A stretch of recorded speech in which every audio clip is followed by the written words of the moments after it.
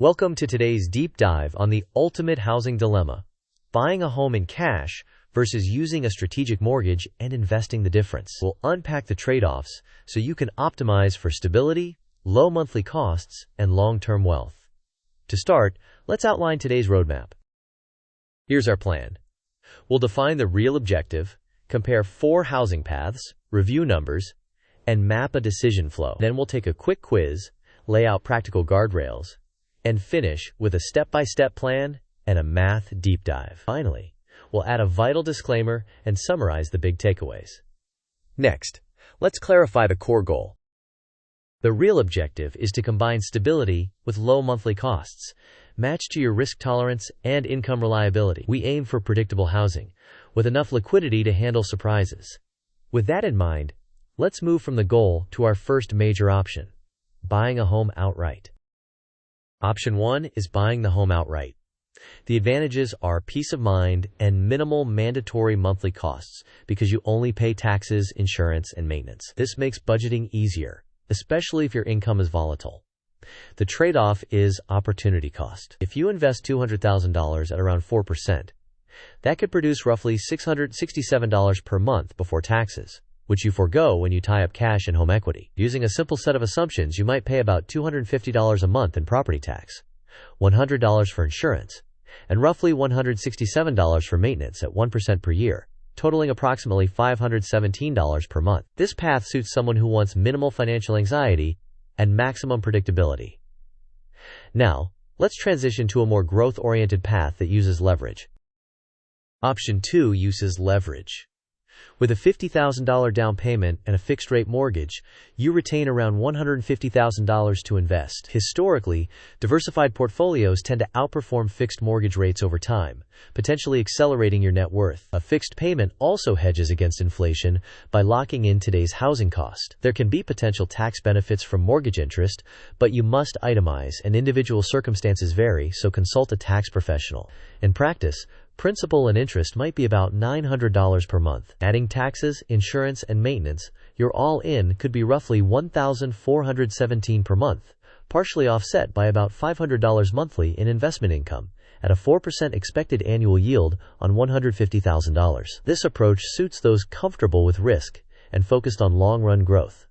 Next, let's contrast this with renting. Option 3 is renting. It offers flexibility and minimal responsibility for maintenance. However, rent is a pure expense with no equity accumulation, and it can rise unpredictably. For example, if rent is around $1,300 per month, and you invest $200,000 at roughly 4%, you could generate about $667 per month to offset rent, yielding a net outflow around $633. Even so, you are not building ownership and remain exposed to rent inflation. Now let's examine a housing path that looks affordable but carries hidden risks. Option 4 involves buying a manufactured home but leasing the land. The upfront price looks attractive, such as $75,000, but the land rent can be $650 per month or more and can rise frequently, often with limited regulation. You own the home but not the land, so if the lease is terminated or terms change, your asset is at risk. When you add insurance, maintenance, and taxes, the total monthly burden can approach or exceed a mortgage's all-in cost, yet lacks the same predictability and protections. For long-term security and stable costs, this option is usually best avoided. Having covered the 4 options, let's compare some numbers side by side. This table provides illustrative comparisons using simple assumptions. For the cash purchase, the monthly base is approximately $517, comprising property tax, insurance, and maintenance. For the mortgage scenario, principal and interest are about $900, and adding the same base costs yields roughly $1,417. With about $500 in expected investment income at 4% on $150,000 invested, the net outflow approximates $917. For renting, a $1,300 rent with $667 of investment income on $200,000 invested produces a net outflow near $633.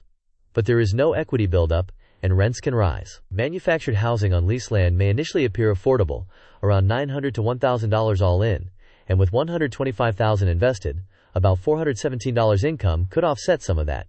However, the risk of escalating land rent and lease uncertainty can overwhelm the apparent savings. With these figures in mind, let's move to a decision framework. This flowchart begins by assessing income reliability and risk tolerance. If your income is volatile and your risk tolerance is low, the decision points direct you toward a cash purchase for maximum stability. If your income is stable and your risk tolerance is moderate to high, the chart routes you toward using a mortgage and investing the remaining capital to pursue growth. A short time horizon or uncertain location sends you toward renting for flexibility. Separately, manufactured housing on leased land is flagged as high risk due to escalating land rent and potential lease termination. The chart also checks whether you have an adequate emergency fund, approximately $80,000 in this context, and accounts for personal debt aversion. These branches help tailor the choice to your circumstances. Now, let's test your understanding with a quick quiz. Question: if you can borrow at a fixed 6% mortgage rate and reasonably expect a diversified portfolio to earn 7% before taxes over the long run, which statement is most accurate? Options: A. Paying cash always beats taking a mortgage in this case. B. Taking the mortgage and investing the difference can increase expected net worth, but comes with risk and tax considerations. C. Renting is guaranteed to be cheaper than buying when expected returns exceed the mortgage rate. D. Manufactured homes on leased land are the best way to arbitrage the rate differential. You may pause the video now to think about the answer. We will discuss the answer in the next section of the video. The correct answer is B. Taking the mortgage and investing the difference can improve expected net worth when expected returns exceed borrowing costs. However, this depends on risk tolerance, time horizon, taxes, and variability in returns, so it is not guaranteed. With that clarified, let's anchor your decision with practical guardrails. Key guardrails include maintaining a large emergency fund, budgeting 1 to 2% of the home value annually for maintenance, and stress testing your plan against higher rates, higher expenses, and market drawdowns. A fixed-rate mortgage helps lock in costs and hedge inflation. Mortgage interest deductions only apply if you itemize, so verify your situation with a tax professional. Avoid manufactured homes on leased land when seeking long-term stability. Finally, align your choice to your priority. Choose a paid-off home for anxiety relief and predictability, or choose leverage and investing for growth. Next, let's translate this into a concrete action plan. First, inventory your finances to understand income stability, fixed obligations, and available liquidity. Second, secure your emergency fund, targeting approximately $80,000 as context suggests. Third, if you plan to use leverage, compare fixed-rate mortgage offers and obtain a pre-approval. Fourth, run best, base, and worst-case scenarios to see how your plan holds up under different conditions. Fifth, decide which priority matters most, peace or growth, and execute accordingly.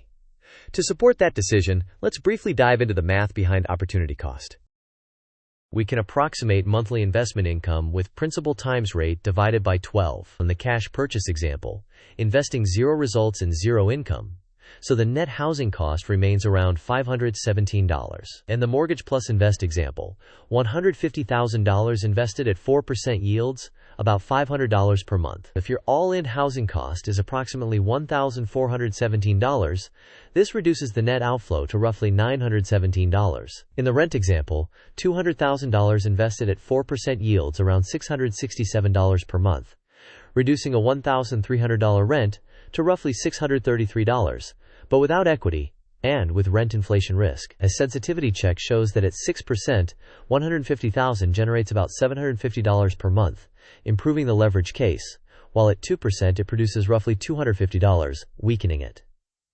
Now, before we wrap up, let's include an important disclaimer.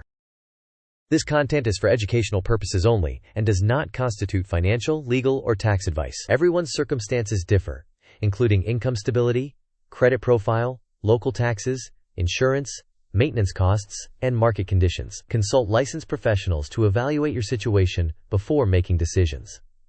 With that clarified, let's summarize the key conclusions. In summary, buying with cash maximizes peace and predictability, but carries opportunity cost. Using a mortgage and investing the difference can accelerate growth if your time horizon is long and you can handle variability. Renting provides flexibility, but builds no equity and can expose you to rent inflation. Manufactured homes on leased land typically introduce unstable and escalating costs and are best avoided for long-term security. Maintain a robust emergency fund, budget adequately for maintenance, and stress test your plan. Ultimately, align the decision with your tolerance for risk and your primary objective. Finally, here's a creative request before we go. Thank you for watching. If this analysis helped you, please like the video, share it with someone weighing the same decision, and subscribe for more breakdowns on big money choices. Let us know in the comments whether you prefer the peace of a paid-off home or the growth potential of leverage and investing.